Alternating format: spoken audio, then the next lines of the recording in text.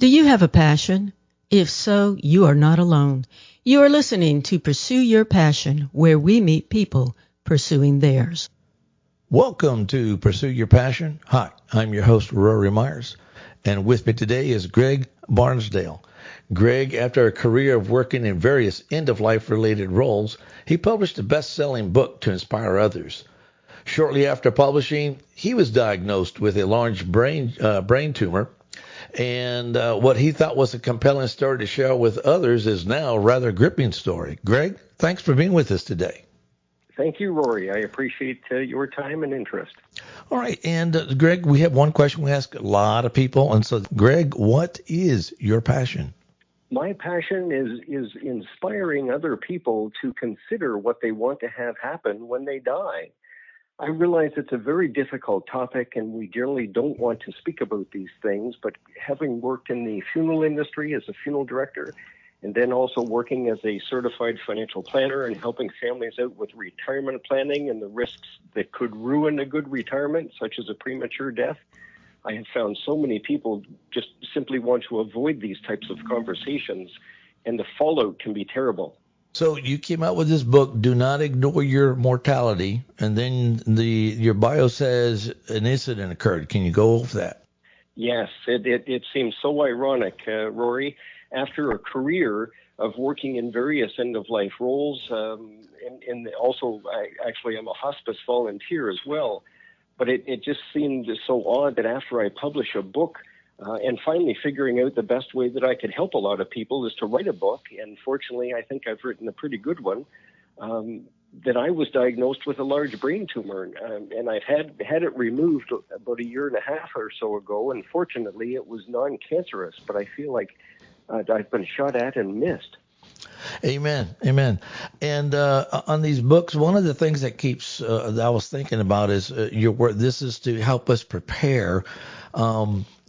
I've seen sometimes, I've been to so many funerals where emotions very much rose, confusion arose. It seemed like things were out of kilter there. This book sort of helps to curb that. Well, it does, yes. The very first chapter is about communication.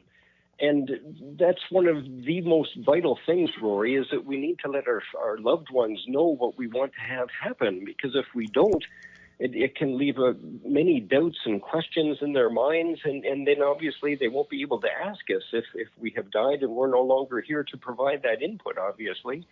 But it does provide guidance, and it's a general conversation starter to get people thinking about these things. It doesn't get into a lot of details about financial or those types of issues, because I wanted to create a compelling book that, first of all, people would read. But it does promote the guidance of professional people out there that are willing and able to help people with all of these types of planning. Now, you were talking about finances. So I know that some people don't want to approach it because they think it's a financial mountain. So how financial of a mountain are these issues as far as life ending? Well, it can vary dramatically, Rory, because everybody's situation is so different.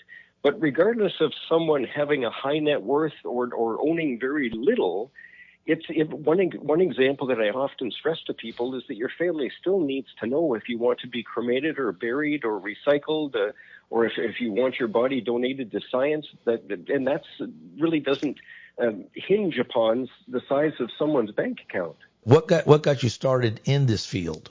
Curiosity. I initially wanted to be a helicopter pilot in high school, and I didn't have enough physics, and my guidance counselor suggested I become a funeral director after I answered a questionnaire way back in the early 80s.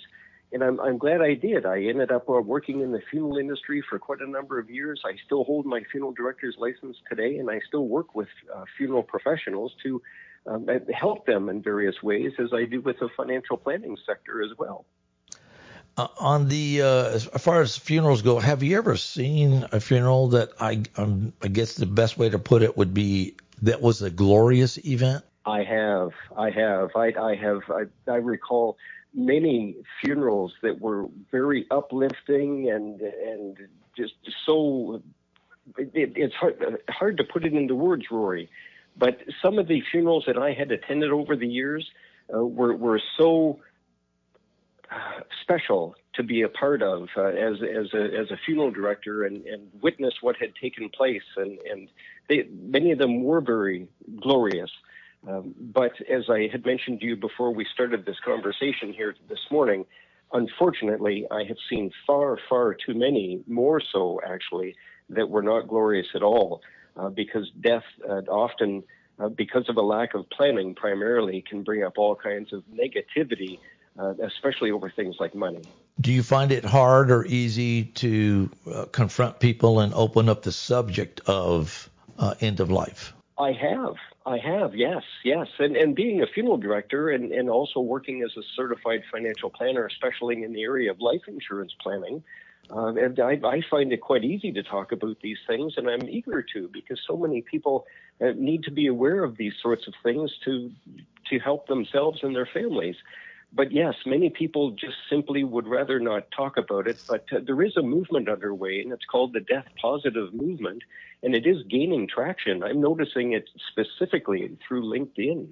So you said there's a movement moving, and you see it moving throughout a few countries, or is it a worldwide event? Or what are you seeing? It is worldwide.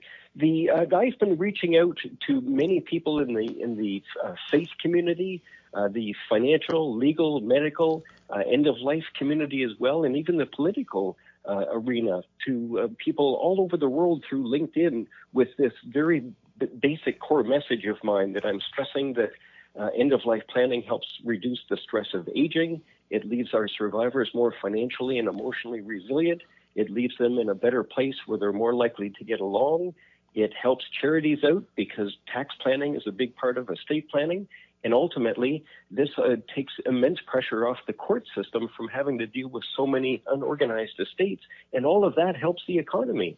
And I have found so many people engaging with me from all over the world with that message on LinkedIn. I recently surpassed over 5,000 followers. The book that you've got, Do Not Ignore Your Immortality, how can people purchase that book if they want to get a copy? The best place, Rory, to find my book is on my website, DoNotIgnoreYourMortality.com. And on the website, they'll easily be able to see links to Amazon and other sources as well. It's available in physical book form as well as ebook and audiobook. And people in various countries are buying it. When did the book come out? A year and a half ago. Are you getting good responses from the people who have already read it? I am, yes. I'm hearing from quite a number of people that they're finding this message of mine to be quite inspiring, and they're pulling out their will and reading it and speaking to their family or speaking about getting a will set up. So it is working, and that's entirely what I intended it to do. Is there an age that you find that would be like, more people at this age are ready to talk about it than others? And that would be one question. The second question is, when do you think is a good age or time in life to be able to start focusing on this? Well, not to be sarcastic or anything, or perhaps a little taking this a little too lightheartedly, Rory, but I think today's a good day to start. Oh, I hear that. Yeah. But to answer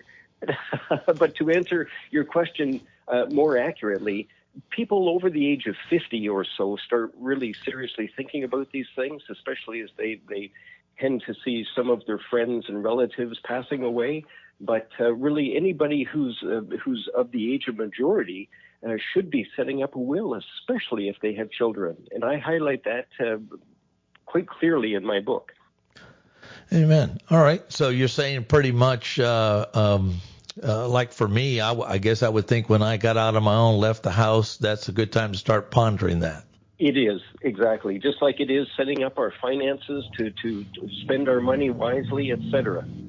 Right. Yeah, that's what I was thinking. We talked about earlier how some people will plan for their wedding or their education and goals, but they're not planning for the end of life. Well, that's right, because we expect tomorrow will continue just as today had. But I can guarantee you that based on what I have seen, especially in the funeral and in the forensics type of work that I've done in the past, there are all kinds of people that pass away, and I'm sure did not expect it.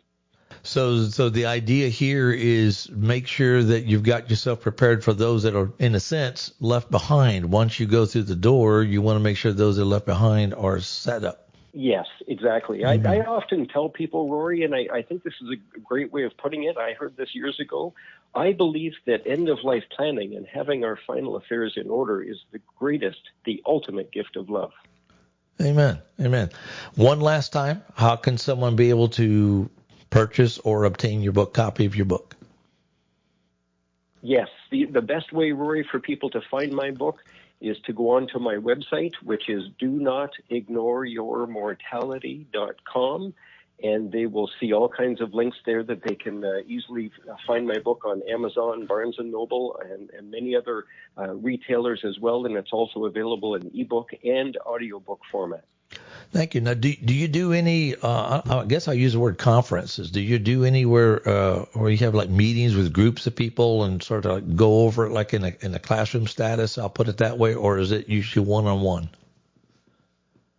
I do. I am finding now that there are groups, whether they are corporations involved in the financial or end-of-life space, that are asking me to provide virtual presentations or even in-person presentations. So I am getting more and more involved in that all the time. Yes, I'm really just looking to elevate my message. And there are many other people doing this too, but I think I've taken a bit of a unique approach with it.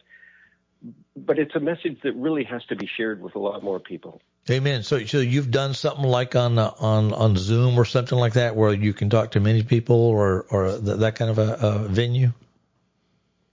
Yes, and I welcome that. If any of your listeners are wanting information from myself or even have a question or whatever, they can get in touch with me through my website and contact me there. Well, that sounds great. I sure appreciate you being with us today, Greg Barnsdale, and you're out of Canada, correct? Yes, I'm in Ontario, Canada. All right, and but they can still get in touch with you, and I'm looking at your website now, and again, people, this is an important deal to prepare for, and and I think one of the key things that I got out of it was for people that are left behind to be have their emotions on an even keel. Everything's all prepared for. Things should be easily to work with them. Yes, that's right. And I also include information in the book, questions that people can raise with their loved ones to help get these conversations moving in a more productive manner. Yes, God, that's excellent. That's an excellent idea because I know it's difficult to bring that subject up. Thank you for being with us today. You have a blessed one. Thank you, Rory. Thank you for listening to a ministry of Southern Christian Writers. Remember, you were created for a purpose. Find your purpose, and you'll find your passion.